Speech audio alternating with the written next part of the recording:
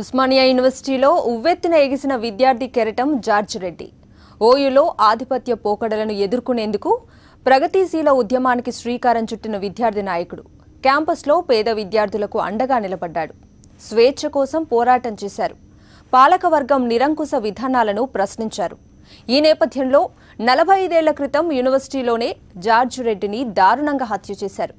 Osmania university 100 ఏళ్ల సంబరాలు జరుపుకుంటున్న తరుణంలో జార్జ్ రెడ్డి ఆశయాలను స్మరించుకుంటున్నారు ఓయూ విద్యార్థులు. April 14, 1972 Osmania engineering college. విద్యార్థి సంఘం ఎన్నికల కోలాహలం. ప్రచారంలో పాల్గొన్న student leader George Reddy. ECH1 hostel వద్ద జార్జ్ రెడ్డిపై అటాక్ చేసిన ప్రత్యర్థుల దాడిలో ప్రాణాలు కోల్పోయిన జార్జ్ రెడ్డి.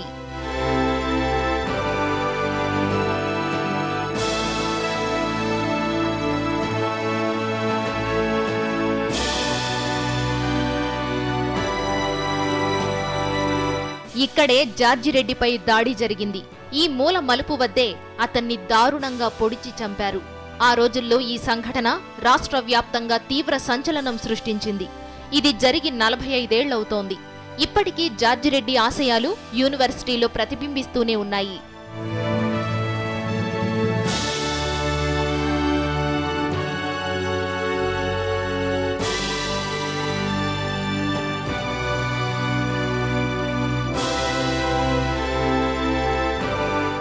ఇంతకీ జార్జ్ రెడ్డి ఎవరు?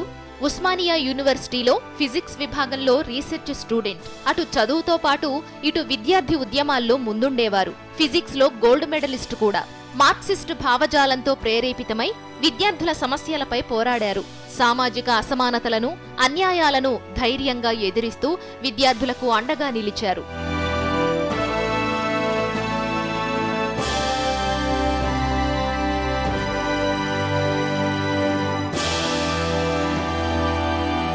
ఓయూలో విద్యార్థి సంఘాలు క్రియాశీలంగా ఉన్న సమయమది.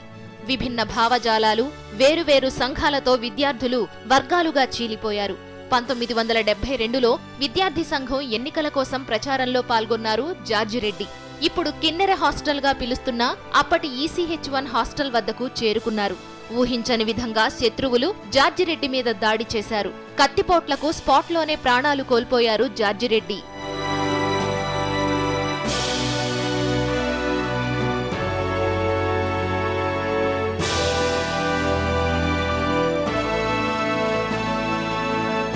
యూనివర్సిటీలో చదువుకున్న రోజుల్లో తను అప్పటికే అన్ని ఎలక్షన్స్లో ఓయూ నిర్వహించిన అన్ని ఎలక్షన్లో గెలిచి ఉండి మరి ప్రచారం చేస్తున్న సందర్భంలో ఏబీవీపీ గుండాలు ధూల్పేట నుంచి వాళ్ళు స్పెషల్గా రప్పించుకొని ఒక పథకం ప్రకారం ఆయన ఇక్కడికి రప్పించి ఇదే ప్లేస్లో ఆయన గుండాలను పిలిపించి పోలీసులను అండగా పెట్టుకొని వాళ్ళు కత్తులతో పొడిచి చంపడం జరిగింది.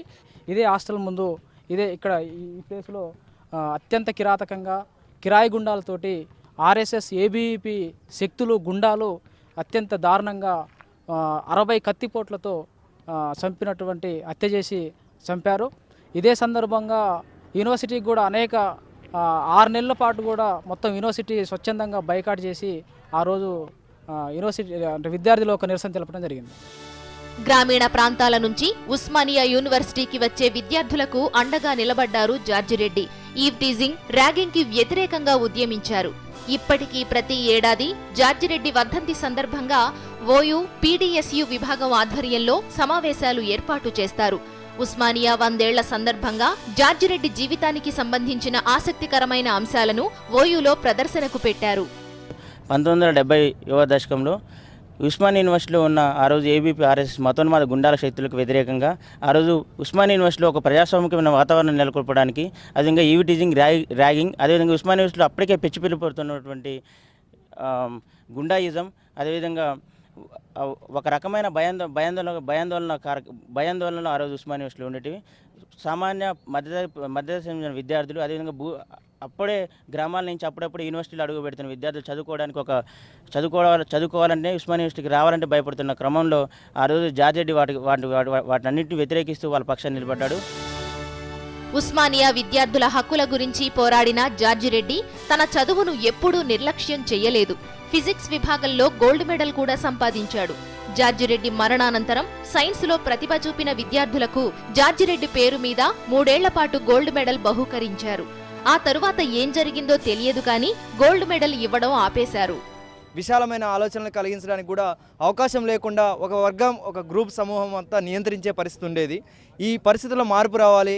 కింది స్థాయి ప్రజలు ఎవరైతే ఉన్నారో, అమ్మాయిలు కావచ్చు, దళితులు కావచ్చు, పీడితులు కావచ్చు, వీళ్ళందరికీ ఒక వాయిస్ రావాలనే ఉద్దేశంతో జార్జిరెడ్డి ప్రగతిశీల విద్యార్థులను ఒక సమూహాన్ని ఏర్పాటు చేసి యూనివర్సిటీలో చైతన్యవంతమైన కార్యక్రమాలు నిర్వహించి క్రమంగా ఓయూలో ఎన్నికల సందర్భంగా విద్యార్థి సంఘాల ఎన్నికలు నిర్వహించే దశలో ఏకగ్రీవంగా అన్ని హాస్టల్స్లో ఏకగ్రీవంగా అభ్యర్థులని గెలిపించుకునే పరిస్థితి వచ్చింది.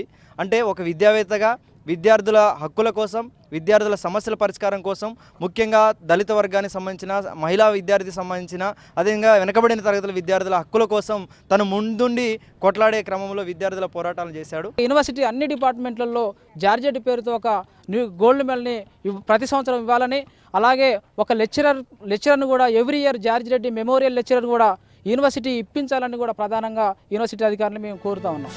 ఆశయ సాధన కోసం అమరుడైన జార్జిరెడ్డి 45 సంవత్సరాల తరువాత కూడా ఓయూ విద్యార్థుల స్మృతి పథం నుంచి చెరిగిపోలేదు. ఓయూ శతవసంతాలు పూర్తి చేసుకున్న సందర్భంగా జార్జిరెడ్డిని తలుచుకుంటున్నారు ఆయన సహచరులు.